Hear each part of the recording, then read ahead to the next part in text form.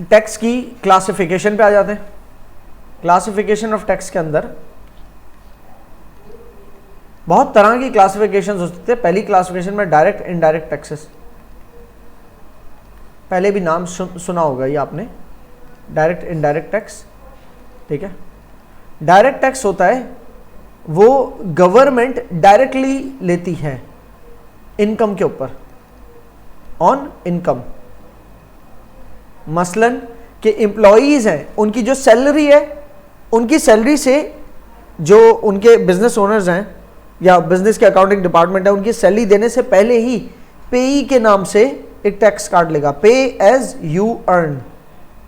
तो gross salary अगर let's suppose बन रही है 80,000 और वो 80,000 सालाना बनती है 9,60,000 रुपए, सही। तो 9,60,000 वाली सैलरी वाले का जो टैक्स रेट लगता है वो रेट इस पे लागू होगा, और वो टैक्स रेट कट के उतने अमाउंट कटने के बाद उसको जो है ना उसकी सैलरी मिल जाएगी। तो फॉर एग्जांपल अगर पहले 6 लाख पे साल के 0% टैक्स है, तो 80,000 सैलरी वाला 9,60,000 एनुअल कमा सकता है।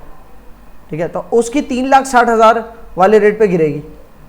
तो 3,60,000 नहीं, मतलब पहले 6 लाख के बाद, पहले 6 लाख पे 0% टैक्स है, उसके बाद 6,01,000 से लेट सपोज 1 मिलियन तक टैक्स जो है वो 10% है।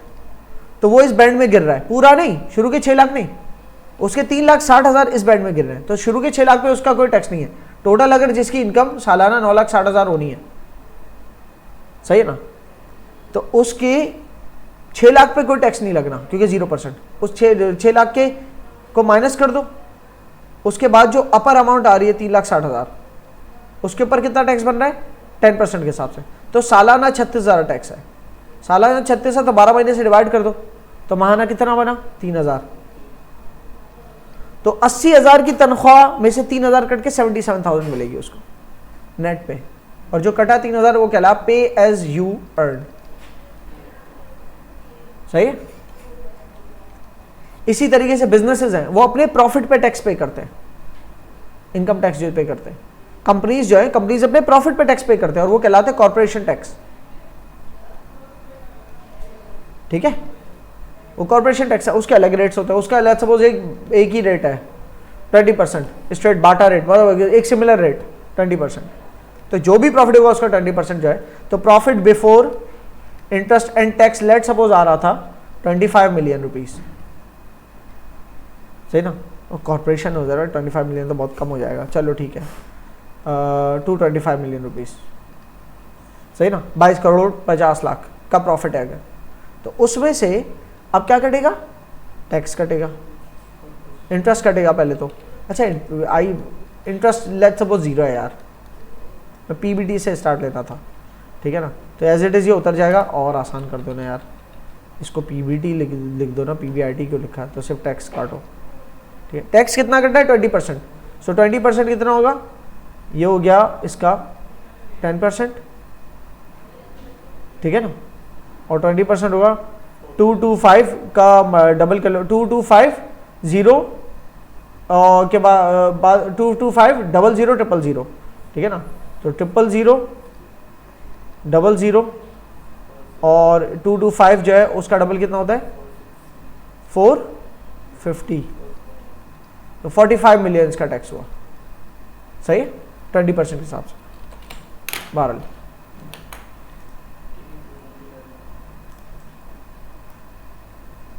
जी 20% के हिसाब से, 20% के हिसाब से 45 मिलियन जो है उसका बना 225 मिलियन के ऊपर, ठीक है। चलो यार सीधा कर लो ना, 225 20% 45 मिलियन, क्लियर। सो तो इनकम के ऊपर जो भी टैक्स होते हैं वो जो है डायरेक्ट टैक्स कहलाते हैं। डायरेक्ट आपको पाकिस्तान में रहते हुए फेडरल ब्यूरो ऑफ रेवेन्यू को जमा कराना होता है, एफबीआर को डायरेक्टली जमा कराना होता है, ठीक है ना। उसको जो जमा कराने का प्रोसेस है ये कहलाता है इनकम टैक्स रिटर्न सबमिट किया, इनकम टैक्स रिटर्न सबमिट किया, सही है। तो इनकम्स के ऊपर जो टैक्स होता है डायरेक्ट जमा कराना होता है, चाहे वो कंपनी की इनकम हो कॉर्पोरेशन टैक्स जमा कराती है, एम्प्लॉय की इनकम हो तो वो एम्प्लॉयमेंट टैक्स जमा कराते हैं। जो कोई इंसान जिसकी वेल्थ है, मतलब एक तो होता है इनकम जो कमाई उसके ऊपर टैक्स, इसके अलावा आपकी वेल्थ जो है उस पर भी टैक्स लगता है, गाड़ी, घर, ये सारी चीजें जो जितनी टोटल वैल्यू की आपकी वेल्थ है उसके ऊपर सालाना एक टैक्स लगता है, तो वो आपका वेल्थ टैक्स कहलाता है। इसके अलावा आपको इनहेरिटेंस में कोई चीज मिली, तो जो इनहेरिटेंस में आपके पास आई कोई चीज, तो उसके ऊपर भी एक टैक्स आपको देना है, ठीक है गवर्नमेंट, वो भी डायरेक्टली एफबीआर को जमा कराना है। इसके अलावा कैपिटल गेन टैक्स होता है कि आपके पास एक फॉर एग्जाम्पल कोई प्रॉपर्टी थी, ठीक है ना, वो 50 मिलियन रुपीस की थी, 5 करोड़ की, सही है, वो आपने सेल कर दी 60 मिलियन की, तो ये तो ना आपकी सैलरी है, ये 10 मिलियन जो इजाफी है ये क्या है, ये 10 मिलियन इजाफी क्या है, ये ना आपकी सैलरी है, ना आपका ये कॉर्पोरेट इनकम है, क्योंकि अब बिजनेस थोड़ी आपका है, आपने अपना घर था 5 करोड़ वाले का 6 करोड़ का बेच दिया, तो ना तो ये आपकी सैलरी है, ना तो ये आपकी क्या कहते हैं कोई सैलरी इनकम नहीं है, कोई बिजनेस इनकम नहीं है, ये बस कोई एंटीक्स आपके पास रखे थे, या तो कोई भी ऐसे असासे रखे हुए थे, कोई बॉन्ड्स रखे हुए थे, कोई फला शेयर्स रखे थे, जो भी थे तो आपने सेल किए। आपका काम नहीं है सेल करना, शेयर सेल करना, आप कोई शेयर्स के कोई एजेंट नहीं हो, ठीक है ना, आप कोई इन्वेस्टमेंट कंपनी नहीं हो, कुछ भी नहीं हो, आप ब्रोकर नहीं हो स्टॉक्स के, लेकिन आपके पास कुछ शेयर्स रखे थे, आपके 5 करोड़ के थे, 6 करोड़ में बेच दे, तो ये जो 10 मिलियन है, 1 करोड़ जो है, ये क्या है, ये आपका कैपिटल गेन कहलाया, क्या कहलाया, और कैपिटल गेन के ऊपर जो देते हैं वो कैपिटल गेन टैक्स होता है, तो कैपिटल गेन टैक्स भी डायरेक्टली एफबीआर को जमा कराना होता है। कैपिटल गेन की मिसाल दोबारा दोहरा देता हूं कि आपने एक कंपनी से शेयर्स खरीदे, 5 करोड़ के शेयर्स खरीदे हुए, ठीक है, वो कंपनी जो आपको डिविडेंड्स की सूरत में देगी वो आपका कैपिटल गेन नहीं है, ठीक है, वो तो पार्ट ऑफ आपकी इनकम, सालाना इनकम, कोई डिविडेंड इनकम के जरिए, लेकिन वो जो शेयर्स इटसेल्फ, शेयर्स की वैल्यू बढ़ रही है, वो क्या है, वो कैपिटल गेन है। कंपनी की तरफ से 2 सूरतों के रिटर्न्स है ना, एक तो आपको डिविडेंड की सूरत में मिल रहा है, तो वो आपका ऑपरेशनल गेन है, और खुद आपकी शेयर प्राइस भी तो बढ़ रही है कि आपकी कंपनी अगर अच्छा परफॉर्म कर रही है तो मार्केट शेयर वैल्यू बढ़ गई उसकी, तो मार्केट शेयर वैल्यू बढ़ गई, अभी टैक्स नहीं दोगे, जब वो शेयर्स बेच दिया उस वैल्यू पे तो वाजे हो गया कि अब वो आपका रियलाइज्ड गेन है, 5 करोड़ की जो 6 करोड़ में बेच दी, तो ये इजाफी जो 1 करोड़ है, ये कैपिटल गेन जो है, इसके ऊपर आप टैक्स दोगे, कैपिटल गेन टैक्स, वो भी डायरेक्टली उसको जमा कराते हो आप एफबीआर को। जबकि indirect taxes are different, indirect taxes are taxes imposed on consumption या एक्सपेंडिचर, ठीक है, एक है इनकम जो कमा रहे हो उसके ऊपर टैक्स दे रहे हो, और एक है कंजम्पशन के ऊपर टैक्स दे रहे हो, और गवर्नमेंट दोनों ही लेती है, ठीक है। कंजम्पशन के ऊपर मतलब आपने अगर कोई फॉर एग्जांपल कोई गुड्स एंड सर्विसेज खरीदे, गाड़ी खरीदी तो उसके ऊपर जीएसटी पे किया, ठीक है, आपने मोबाइल फोन का प्रीपेड डलवाया तो उसके ऊपर जीएसटी कटा, पे किया, सही है, आपने कोई खाने पीने का जाके रेस्टोरेंट में खाना पीना खाया तो वो जो बिल बना टोटल 5,000 रुपये, 5,000 के ऊपर फिर वो 15% जीएसटी भी ले रहा है अगर, सही है, तो 5,000 के ऊपर 15% कितना होता है, 750 का बिल आपने पे किया उसको, तो जो 750 क्या है ये कंजम्पशन के ऊपर आपका टैक्स, लेकिन ये टैक्स आपने किसको पे किया, रेस्टोरेंट को, डायरेक्टली एफबीआर को नहीं, ये इनडायरेक्ट टैक्स है, ठीक है। इनडायरेक्ट टैक्स की मिसाल क्या है, जीएसटी, जनरल सेल्स टैक्स, या वैल्यू एडेड टैक्स भी कहलाता है, या एड वैलोरम टैक्स भी कहलाता है, ठीक है ना, एम है ये, सही है। ये टैक्सेस क्या होते हैं, ये आपकी कोई भी प्रोडक्ट के जो प्राइस है ना उसके ऑन टॉप ऐड होते हैं, लेकिन ये गवर्नमेंट को डायरेक्ट जमा नहीं होते, जो कंज्यूमर है वो डायरेक्ट गवर्नमेंट को जमा नहीं कर रहा, बल्कि जिससे माल खरीदा उसको दे रहा है। तो हो क्या रहा है आप समझना, एक बिजनेस ए है, वो चिकन सेल कर रहा है रेस्टोरेंट को, जो कि बिजनेस बी है, बिजनेस ए चिकन सेल कर रहा है रेस्टोरेंट को, मिसाल के तौर पे पूरे साल का $10,000 का, सही है, लेकिन $10,000 तो बिजनेस ए को चाहिए, बिजनेस बी ने $10,000 वाला चिकन जो एक्चुअली लिया है $12,000 में लिया है, क्योंकि 20% इसके अंदर वैल्यू एडेड टैक्स भी है, 20%, सही ना। तो प्राइस थे आपके वैसे 10,000, 20% वैल्यू एडेड टैक्स ऐड होने के बाद कितने हो गए 12,000। ये 12,000 जो है ये कहलाते हैं इंक्लूसिव, क्या, इंक्लूसिव प्राइस। इंक्लूसिव प्राइस का मतलब टैक्स इंक्लूसिव। बहुत सारी रेस्टोरेंट्स के मेन्यूज पे जो प्राइसेस लिखे होते हैं उसके नीचे स्टेरिक बना होता है कि ऑल प्राइसेस आर एक्सक्लूसिव, मतलब वो ये वाली प्रोसेस लिखी है कि जब टोटल बिल बनेगा तो 20% ऐड होके दूसरा आएगा, और जहां पर इंक्लूसिव लिखा है ना तो जो प्राइस लिखी है वही है, बस उसके ऊपर कुछ नहीं देना, ठीक है। तो ज्यादातर फास्ट फूड चेन जो है ना वो ये एक्सक्लूसिव प्राइस लिखना नहीं अफोर्ड कर सकते, वो इंक्लूसिव प्राइस ही लिखती है, ठीक है। जो लिखे वही पे किया और ले लिया, वो उसी में से ब्रेकअप फिर कर लेते हैं कि जो आपने फॉर एग्जांपल अगर लिया ना, मिसाल के तौर पे 500 का बर्गर और 13% अगर जीएसटी था तो 500 की अपनी परसेंटेज 113% हो गई। बिजनेस के हाथ में वो 500 पूरा नहीं आएगा, उसमें से एक अमाउंट गवर्नमेंट को जाएगा और एक अमाउंट बिजनेस के हाथ में आएगा। तो 500 में से कितना होगा वो, अगर 13% जीएसटी था तो 500 डिवाइड बाय 113 मल्टीप्लाइड बाय 100, ये बिजनेस की अमाउंट हो गई 442, ठीक है ना, 442 442.4 है ना, 442 ही समझो, ठीक है। और एक्चुअली 442 का बिजनेस ने बेचना था, लेकिन उसके ऊपर 13% टैक्स भी दे रहा है बिजनेस, 0.13, वो टैक्स भी चार्ज करना चाह रहा है। तो वो जब ऐड किया ना 57.5 या 58 कह लो, 58 बिजनेस से वो भी ऐड किया इसमें, 442 में बिजनेस ने 58 ऐड किया तो 500 बना टोटल। सो दिस वाज 100%, जिसके ऊपर इस अमाउंट के ऊपर 13% चार्ज हुआ, जब भी तो ये 113% हुई ना, कि इसको बेस बना, इस पे 13% और चार्ज हुआ तो ये 58 चार्ज हुआ, तो दोनों को मिला के कितना बन गया 500 रुपीज़ का आपका बर्गर, ठीक है ना। और वो 500 रुपीज़ का बर्गर जो 500 है इंक्लूसिव ऑफ टैक्स है, 442 है, और अगर प्राइस होता तो वो क्या होता है एक्सक्लूसिव ऑफ टैक्स, ठीक है। तो उमूमन हमें इंक्लूसिव प्राइसेस मिलते हैं फास्ट फूड्स वगैरह में बाहर है, लेकिन बहुत सारी जगहों पे हमें रेस्टोरेंट्स है जो जहाँ पर अलग अलग चीज़ें हम ऑर्डर करते हैं तो वहाँ पर एक्सक्लूसिव होते हैं, फिर वो टोटल बिल के ऊपर टैक्स अप्लाई करता है, ठीक है। अच्छा जी, तो 10,000 की चीज़ भी अगर रेस्टोरेंट है, $10,000 का इसने चिकन लिया, ओ सॉरी $12,000 का, तो बी ने जो $12,000 पे किए ना, वो पता है कैसे क्या उसकी एंट्री बता देता हूँ। बी जो रेस्टोरेंट है उसकी डबल एंट्री क्या बनाएगा, डबल एंट्री से भी समझते हो ना, बैंक क्रेडिट करेगा $12,000, परचेजेस इन्वेंट्री $10,000 से डेबिट, और $2,000 से क्या डेबिट करेगा, इनपुट टैक्स, सही है, इनपुट टैक्स डेबिट करेगा। अब देखना, फिर ये रेस्टोरेंट ये सारे चिकन का कुछ बना बनू के सेल करता है कस्टमर्स को, कस्टमर सी से ही कर लेता हूँ रिप्रेजेंट, बहुत सारे कस्टमर्स को। टोटल ये 12,000 वाले माल के ऊपर बहुत सारी वैल्यू ऐड करेगा, लेबर लगेगी और बहुत सारी चीज़ें लगते लगाते, टोटल जो है ये $30,000 का बेचना चाह रहा है, लेकिन 20% ऐड करने के बाद इंक्लूसिव जो है $36,000 का टोटल ये माल बिका इनको।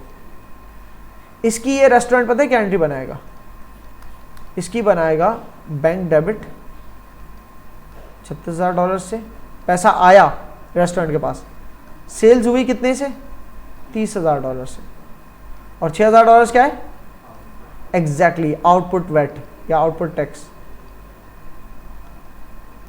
अब होगा क्या, इनपुट टैक्स और आउटपुट टैक्स आपस में नेट ऑफ होंगे, सेट ऑफ होंगे। ये 6 का 6,000 पूरा थोड़ी देगा, रेस्टोरेंट 6,000 पूरा नहीं देगा गवर्नमेंट को, कंज्यूमर तो गवर्नमेंट को नहीं दे रहा। पहले देख लो ये इनडायरेक्ट मेथड क्यों है, क्योंकि कंज्यूमर ने डायरेक्ट एफबीआर को जमा कराया नहीं ना, कंज्यूमर डायरेक्ट एफबीआर को नहीं जमा करा, कंज्यूमर तो दे रहा है रेस्टोरेंट को, लेकिन अब रेस्टोरेंट तो जमा कराएगा ना एफबीआर को। रेस्टोरेंट एफबीआर को क्या जमा कराएगा, ये 6,000 नहीं, रेस्टोरेंट कहेगा भाई 6,000 पूरा नहीं दे रहा, क्योंकि जब माल खरीदा था 2,000 उस पर दे तो दिया था मैंने,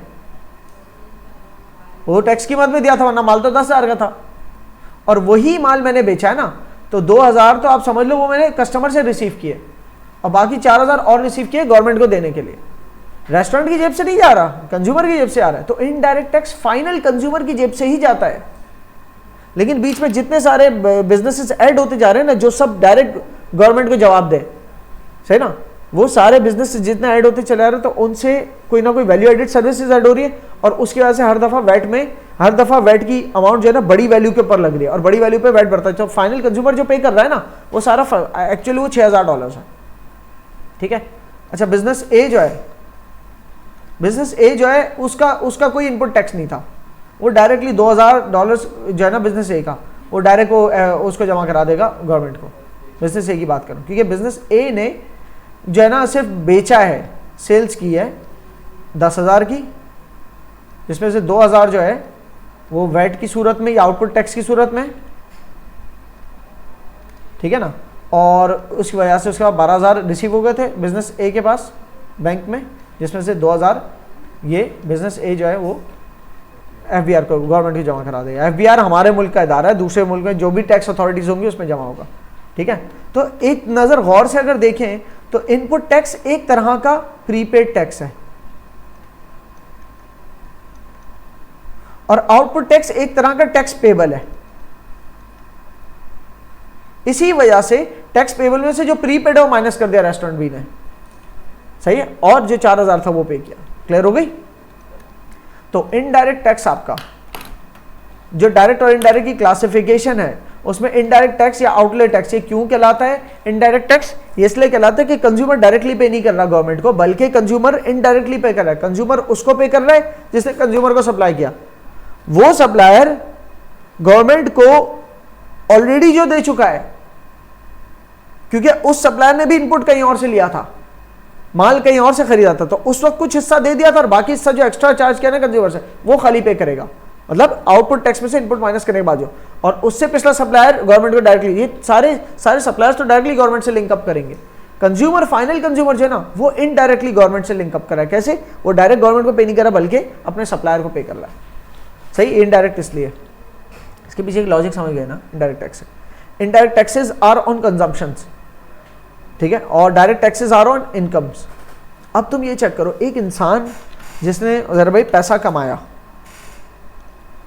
सही ना, मिसाल के तौर पे उसकी 80,000 की तनख्वाह थी, तो 3,000 कट गए डायरेक्ट टैक्स की सूरत में। क्या था वो? उसका एम्प्लॉयमेंट टैक्स, सैलरी के ऊपर टैक्स जो लगा, 77,000 बचे। तो अब ये 77,000 में 77,000 का माल खरीद सकता है? नहीं।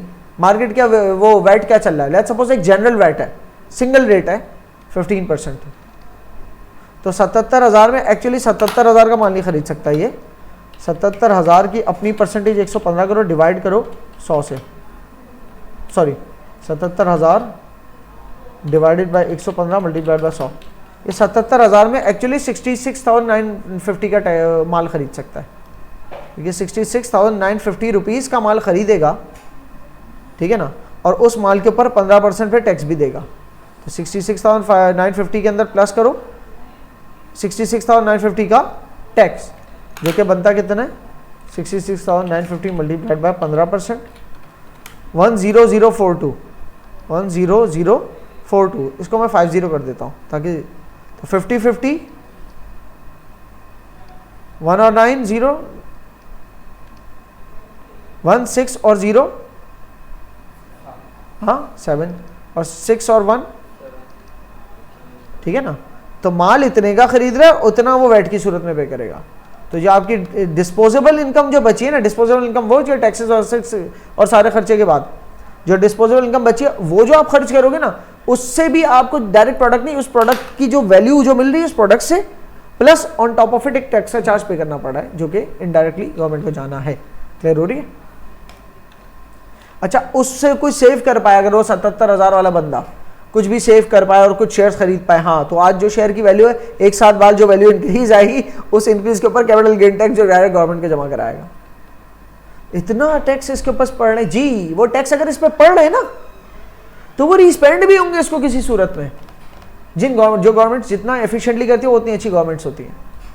ये डायरेक्ट टैक्स पढ़ोगे तो देखो, पर्सनल इनकम टैक्स, एम्प्लॉयमेंट पे, एम्प्लॉयर का payroll tax, corporation tax, capital gain tax, wealth या इनहेरिटेंस टैक्स, ये सारे टैक्सेस के एक्सप्लेनेशंस हैं और उनकी एग्जांपल्स यहाँ पर दी हुई है। ठीक है जी, इनडायरेक्ट टैक्सेस को भी आप पढ़ लोगे, समझ में आ जाएगा। इनडायरेक्ट टैक्स के अंदर जो मिसाल दी हुई है ना, एक मैंने बता दी और एक मिसाल यहाँ दी हुई है। Let's say government imposes 10% indirect tax on sweets, indirect tax लगा दिया 10% स्वीट्स के ऊपर, मिठाइयों के ऊपर। इनडायरेक्ट टैक्स बोल दो या वैल्यू एडेड टैक्स बोल दो या जीएसटी जो भी है, ठीक है, एक बात है। तो ये आप पढ़ना है मिसाल को। फिर कुछ कंट्रीज के कुछ रेट्स की मिसालें, और ये शायद अपडेट डाटा नहीं है, यूएस का, चाइना का, जापान का, तो वहाँ पर वैट रेट क्या चल रहा है, वहाँ पर पर्सनल इनकम क्या चल रहा है और कॉर्पोरेट टैक्स क्या चल रहा है। पर्सनल इनकम के ऊपर जो टैक्स होता है और कॉर्पोरेट, पर्सनल इनकम टैक्स तो इंडिविजुअल्स का अपना होता है, और कॉर्पोरेट टैक्स अलग क्यों है? क्योंकि कॉर्पोरेशन या कंपनीज अलग आइडेंटिटी होती है, वो अलग शख्सियत है तो उसका अपना टैक्स होगा, जबकि पर्सनल इनकम टैक्स आपका अपना टैक्स है, क्योंकि आप खुद एक शख्सियत हो लेकिन कंपनीज एक अलग शख्सियत है। सही है। अब मेरा एक सवाल है, कोई ऐसा बिजनेस जो कंपनी नहीं है, कोई ऐसा बिजनेस जो कंपनी नहीं है, उसकी इनकम के ऊपर जो टैक्स होगा वो पर्सनल इनकम टैक्स होगा या कॉरपोरेशन टैक्स होगा? कॉरपोरेशन टैक्स नहीं होगा, पर्सनल इनकम टैक्स होगा, क्योंकि जो बिजनेस कंपनी नहीं है ना, वो सेपरेट लीगल एंटिटी नहीं है।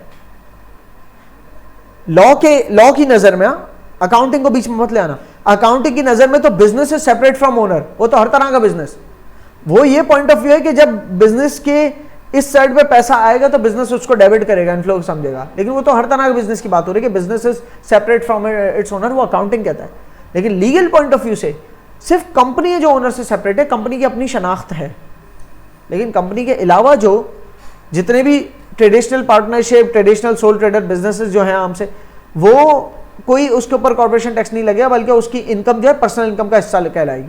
तो एक इंसान की पर्सनल इनकम में क्या क्या है? एक इंसान की पर्सनल इनकम में वो है वो जहां पर काम करता है तो उसकी सैलरी जो है वो उसकी पर्सनल इनकम है, ठीक है।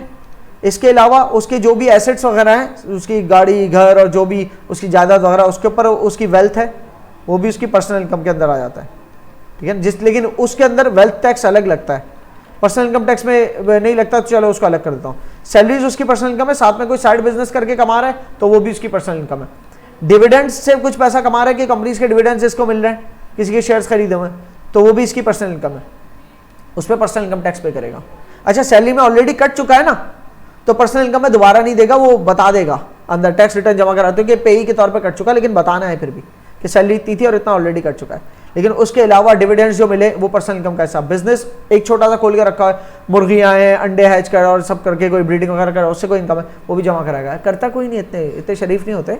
बहुत सारे लोग जो कैश में है ना, जो बैंक के अंदर नहीं रोटेट हो रहा, तो उसको अंदर बहुत सारा चोरी भी कर जाता है tax, which is a crime. बहरहाल पर्सनल इनकम के ऊपर टैक्स देने के अलावा उसके पास जो वेल्थ है सारी, उसकी गाड़ी, उसके पास शेयर्स, उसके पास प्रॉपर्टी, जो कुछ है, उसके पास ज्वेलरी, उसकी वाइफ की और या उसकी फैमिली जो भी उसकी टोटल जो भी इस तरह ऐसे, वो असासों के ऊपर भी टोटल टैक्स देगा, वेल्थ टैक्स। इसके अलावा जिन शेयर्स के ऊपर उसने डिविडेंड कमाए, वो शेयर्स इसकी वेल्थ में काउंट हो रहे हैं, तो टैक्स देगा वेल्थ के ऊपर टैक्स। लेकिन वो शेयर्स अगर इसने सेल कर दिए तो वेल्थ में काउंट नहीं हो रहे, लेकिन वो जो सेल करके ऊपर कमाया ऑन टॉप ऑफ इट, तो कैपिटल गेन कमाया, तो कैपिटल गेन टैक्स देगा, वो अलग है, CGT कहलाता है, कैपिटल गेन टैक्स, ठीक है ना।